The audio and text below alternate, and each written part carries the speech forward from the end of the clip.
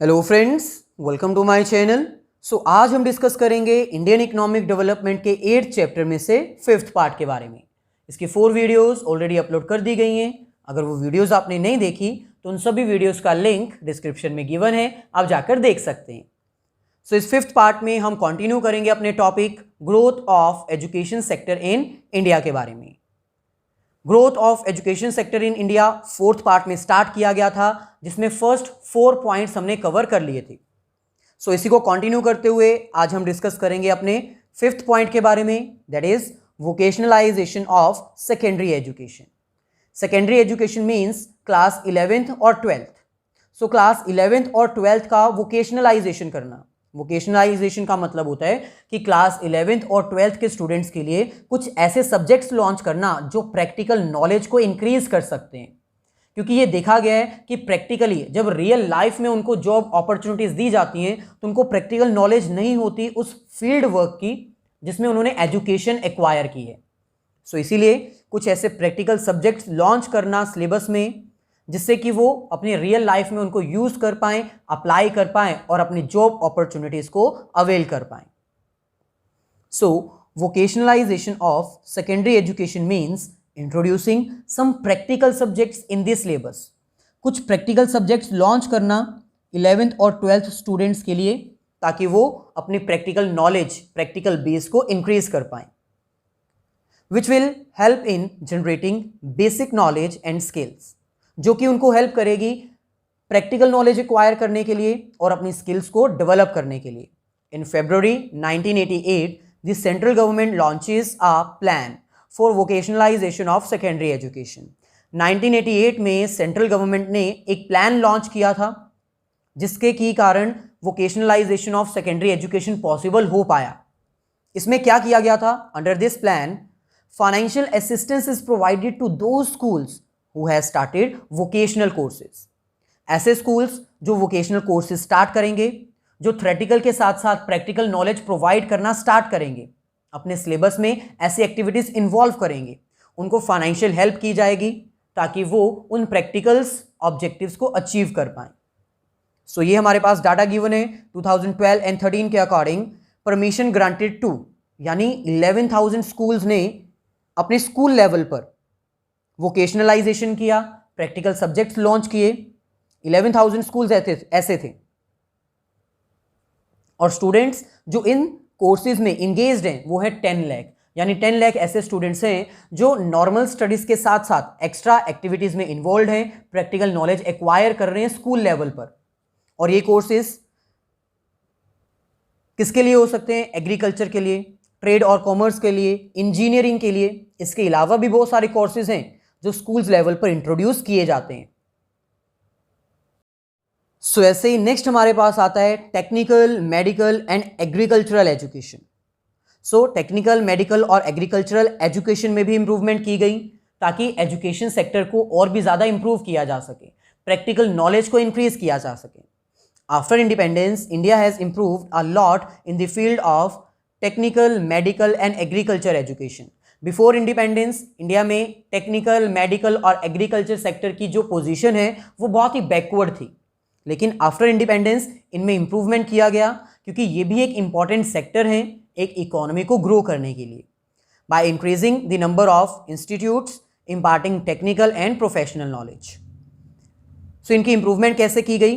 By increasing the institutes, वो institutes जो technical knowledge provide करते हैं, जो प्रोफेशनल फील्ड की नॉलेज प्रोवाइड करते हैं, उनके नंबर्स को इंक्रीज किया जा सका। पॉलिटेक्निकल इंस्टीट्यूट्स की बात की जाए तो ये थे 43, लेकिन अब ये इंक्रीज होके हो चुके हैं 1914, यानी 1914 ऐसे इंस्टीट्यूट्स हैं जो प्रैक्टिकल नॉलेज प्रोवाइड करते हैं, प्रोफेशनल फील्ड वर्क प्रोवाइड करते हैं। अगर बात की जाए इंजीनियरिंग कॉलेजेस की, 3400 इंजीनियरिंग कॉलेजेस हैं जिसमें एडमिशन कैपेसिटी कितनी है? 15 लाख। मेडिकल कॉलेजेस की बात की जाए तो 289 मेडिकल कॉलेजेस हैं जिसमें कैपेसिटी कितनी है? 32,815 स्टूडेंट्स की। और अगर डेंटल कॉलेजेस की बात की जाए तो टोटल 282 डेंटल कॉलेजेस हैं जिसमें कितनी कैपेसिटी है? 22,680 स्टूडेंट्स की। टेक्निकल, मेडिकल और एग्रीकल्चरल एजुकेशन इंप्रूव करना बहुत इंपॉर्टेंट था, क्योंकि यही वो 3 फील्ड्स हैं जो कि ह्यूमन कैपिटल फॉर्मेशन में हेल्प करती हैं, technical knowledge, medical knowledge and agricultural sector knowledge. अगर इंस्टीट्यूट्स की बात की जाए तो कुछ रिसर्च सेंटर्स भी इस्टेब्लिश किए गए थे इंडिया में। ये हमारे पास कुछ लिस्ट है। Indian institute of technology, agriculture research institute, Indian statistical institute, national physical laboratory, national chemical laboratory, institute of economic growth. So ये कुछ ऐसे रिसर्च सेंटर्स हैं जो डिफरेंट डिफरेंट टॉपिक्स के ऊपर रिसर्च करने के लिए इस्टेब्लिश किए गए थे फॉर द रिसर्चर्स। सो ऐसे ही नेक्स्ट हमारे पास आता है 7th point, rural education. Rural education का मतलब यहां पर है education to the rural peoples. ऐसे इंडिविजुअल्स, ऐसे पीपल्स जो रूरल एरिया में रिजाइड करते हैं, वहां पर रहते हैं, उनके लिए भी एजुकेशन प्रोवाइड करना बहुत इंपॉर्टेंट है, क्योंकि मैक्सिमम पॉपुलेशन इंडिया की रूरल एरियाज में रहती है, विलेजेस में रहती है, और सबसे ज़्यादा इंप्लॉयमेंट अपॉर्चुनिटी रूरल एरियाज को ही प्रोवाइड करनी होती है थ्रू द एग्रीकल्चर सेक्टर। सो इसलिए इंप्रूवमेंट इन रूरल एजुकेशन भी की गई थी, ताकि रूरल सेक्टर्स में एजुकेशन प्रोवाइड की जा सके और डिफरेंट डिफरेंट फील्ड वर्क्स में उनको अप्लाई किया जा सके, जिससे कि एक इकोनॉमी की ह्यूमन कैपिटल फॉर्मेशन में इंप्रूवमेंट हो सके। क्योंकि इंडिया में मैक्सिमम पॉपुलेशन रूरल एरियाज में ही रहती है, और अगर रूरल एरियाज में एजुकेशन नहीं प्रोवाइड की जाएगी तो यहाँ पर ह्यूमन कैपिटल का फॉर्म होना बहुत डिफिकल्ट हो जाएगा। सो यहाँ पर हमें कह रहे हैं rural education is also one of the important field which shows tremendous increase. So rural education में भी काफ़ी ज़्यादा इंप्रूवमेंट शो की गई है। Maximum population resides in the rural areas, so different programmes have been launch to provide knowledge and skills. So क्योंकि maximum population rural areas में रहती है, रूरल एरियाज में वर्क करती है और वहीं पर एग्जिस्ट करती है, इसलिए गवर्नमेंट को डिफरेंट डिफरेंट प्रोग्राम्स लॉन्च करने पड़े रूरल एरियाज में नॉलेज और स्किल्स को इम्प्रूव करने के लिए। और कौन से प्रोग्राम्स लॉन्च किए गए थे, ये पॉवर्टी चैप्टर में हमने डिटेल में अंडरस्टैंड कर लिया है। So different different programmes launch किए गए थे ताकि उनको एजुकेशन प्रोवाइड की जा सके। जो पुअर सेक्टर से बिलोंग करते हैं उनको एक ऐसा फील्ड वर्क, ऐसे फील्ड वर्क की नॉलेज दी जा सके कि वो अपनी जॉब में अप्लाई करके अपनी लाइवलीहुड अर्न कर पाएं, अपनी बेसिक नेसेसिटीज फुलफिल कर पाएं। So national rural higher education councils has been set up for this purpose. Rural sector में, रूरल एरियाज में एजुकेशन इम्पार्ट करने के लिए, एजुकेशन प्रोवाइड करने के लिए एक काउंसिल एस्टेब्लिश की गई थी, national rural higher education. Right now 14 educational institutes were functioning for the spreading knowledge for rural areas. So different areas में जो कि रूरल एरिया को बिलोंग करते हैं, बैकवर्ड एरियाज हैं, विलेजेस हैं, वहाँ पर एजुकेशनल इंस्टीट्यूट्स इस्टेब्लिश किए गए हैं with the help of 14 educational institutes, जो कि इस पूरे सिस्टम को अंडरस्टैंड करते हैं, वर्क करते हैं और रूरल एरियाज में एजुकेशन सिस्टम को वॉच करते हैं। Under this, schemes are launched to provide free education to scheduled castes and scheduled tribals. So ये एक ऐसी स्कीम लॉन्च की गई इस प्रोग्राम के under, national rural higher education council के अंडर, जिसकी हेल्प से वो इंडिविजुअल्स जो स्केड्यूल्ड कास्ट से बिलोंग करते हैं या फिर स्केड्यूल्ड ट्रिबल से बिलोंग करते हैं, उनको फ्री एजुकेशन प्रोवाइड की जा सके। नेक्स्ट हमारे पास आता है एडल्ट एंड फीमेल एजुकेशन। अब एडल्ट एजुकेशन का मतलब है ऐसे इंडिविजुअल्स को एजुकेशन प्रोवाइड करना जो कि अपनी नॉर्मल एज से ज़्यादा हो चुके हैं, मोर देन 20-25, जिनकी एजुकेशनल एज जो है वो निकल चुकी है, लेकिन उनको फील्ड वर्क एक्वायर करने के लिए, अपनी पॉवर्टी को दूर करने के लिए, अपनी फैमिली नीड्स को सेटिस्फाई करने के लिए कुछ ना कुछ एज अ वर्क स्टार्ट करना होता है। सो ऐसे इंडिविजुअल्स को फील्ड वर्क की नॉलेज प्रोवाइड की जाती है ताकि जो वर्क वो कर रहे हैं उसमें वो एफिशिएंट हो पाएं और उनको जॉब अपॉर्चुनिटीज मिल पाएं। सो एडल्ट एजुकेशन भी प्रोवाइड की गई for the improvement in human capital formation, और इसके साथ साथ फीमेल एजुकेशन भी प्रोवाइड करना स्टार्ट कर दिया गया, क्योंकि टूडेज मॉडर्न वर्ल्ड में females are not behind anyone. वो किसी के भी पीछे नहीं है, वो साथ मिलकर चलती हैं और इकोनॉमी को डेवलप करने के लिए हेल्प कर रही हैं। सो इसीलिए फीमेल एजुकेशंस भी प्रोवाइड की गई। यहां पर हमें कह रहे हैं till there are so many adults not having proper knowledge about their work. मतलब अभी भी ऐसे बहुत सारे पर्सन्स हैं जो एडल्ट कैटेगरी में बिलोंग करते हैं लेकिन उनके पास कोई नॉलेज नहीं है, तो उनको भी नॉलेज प्रोवाइड की जाने लगी ताकि वो भी अपना लाइवलीहुड अर्न कर पाएं, अपनी फैमिली नीड सेटिस्फाई कर पाएं और इकोनॉमी की प्रोडक्टिविटी में पार्टिसिपेट करके इकोनॉमी को ग्रो कर पाएं।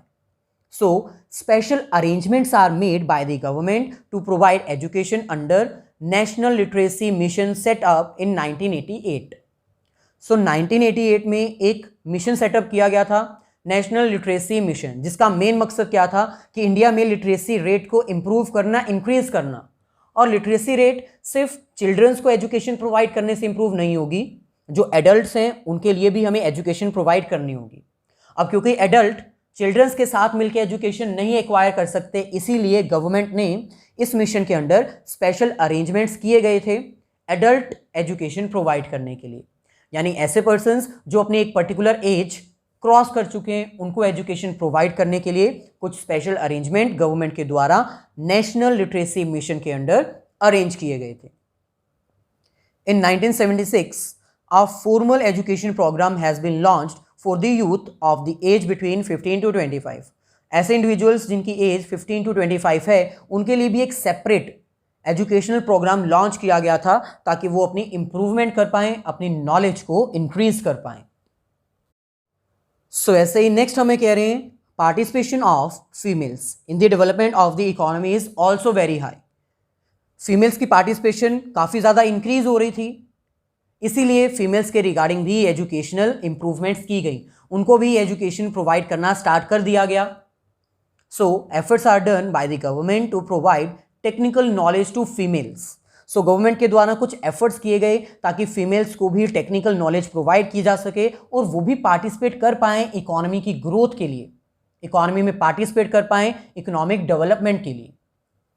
Establishment of women politics colleges. So इसके लिए वुमेन पॉलिटेक कॉलेजेस इस्टेब्लिश किए गए, वुमेन एजुकेशनल काउंसिल्स बनाई गई ताकि फीमेल्स के लिए भी एजुकेशन में इंप्रूवमेंट किया जा सके। लास्ट हमारे पास आता है टोटल लिटरेसी कैंपिंग।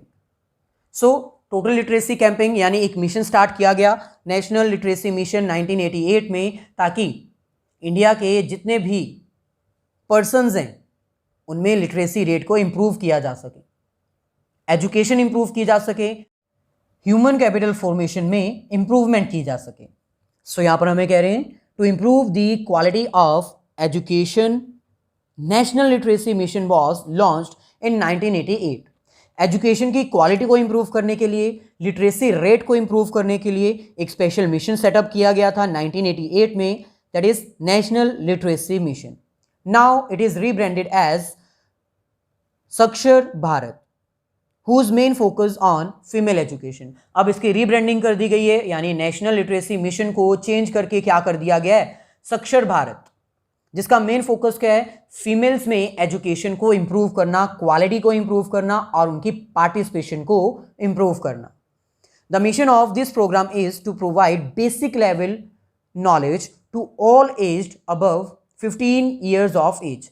ऐसे पर्सन्स जो 15 ईयर्स की एज को क्रॉस कर चुके हैं, जिनके पास बेसिक नॉलेज भी नहीं है, ऐसी नॉलेज भी नहीं है जो अपने सही और गलत को पहचान पाएं, उनको नॉलेज प्रोवाइड करना ताकि एटलीस्ट लिटरेसी रेट को इंप्रूव किया जा सके।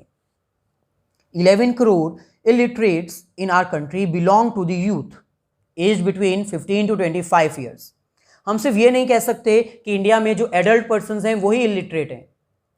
11 करोड़ ऐसे इंडिविजुअल्स हैं जो यूथ की कैटेगरी में बिलोंग करते हैं, यानी 15 से 25 ईयर्स के बीच में लाई करते हैं और वो स्टिल अनएजुकेटेड हैं, इलिटरेट हैं। ओवरऑल हम ये कह सकते हैं कि इंडिया में एजुकेशनल सेक्टर काफ़ी ज़्यादा इंप्रूव हुआ है, काफ़ी ज़्यादा गवर्नमेंट ने पार्टिसिपेट किया है एजुकेशनल सेक्टर को इंप्रूव करने के लिए, लेकिन अभी भी कुछ रिक्वायरमेंट्स हैं जिसको करेक्ट करना होगा। At last, in conclusion, we can say that continuous efforts are done by the Indian government to improve the quality of education, which leads to increase in the number of schools, institutes, colleges, universities, along with increase in the students। मतलब last में in conclusion हम ये कह सकते हैं कि Indian government ने बहुत ज़्यादा एफर्ट्स लगाए हैं अपने एजुकेशनल सेक्टर को इम्प्रूव करने के लिए।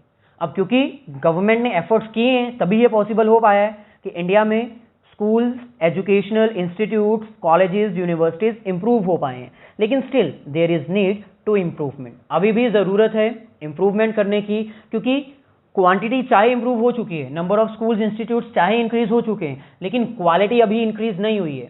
क्वालिटी एजुकेशन में भी इंप्रूवमेंट होना बहुत ज़रूरी है, ताकि स्टूडेंट्स को क्वालिटी मिल सके, प्रैक्टिकल नॉलेज मिल सके और वो प्रैक्टिकल नॉलेज अपनी रियल लाइफ में अप्लाई कर पाएँ। सो ये थी हमारी आज की वीडियो, जिसमें हमने एजुकेशनल सेक्टर के बारे में डिस्कस किया, वो कैसा परफॉर्म करता है, क्या उसमें कमियां हैं और क्या क्या एफर्ट्स गवर्नमेंट के द्वारा किए गए एजुकेशन सेक्टर को इम्प्रूव करने के लिए। सो अगर आपको वीडियो अच्छी लगी है तो प्लीज़ मेरी वीडियोस को लाइक ज़रूर कर दीजिए और अपने सभी फ्रेंड्स के साथ इसको शेयर कर दीजिए।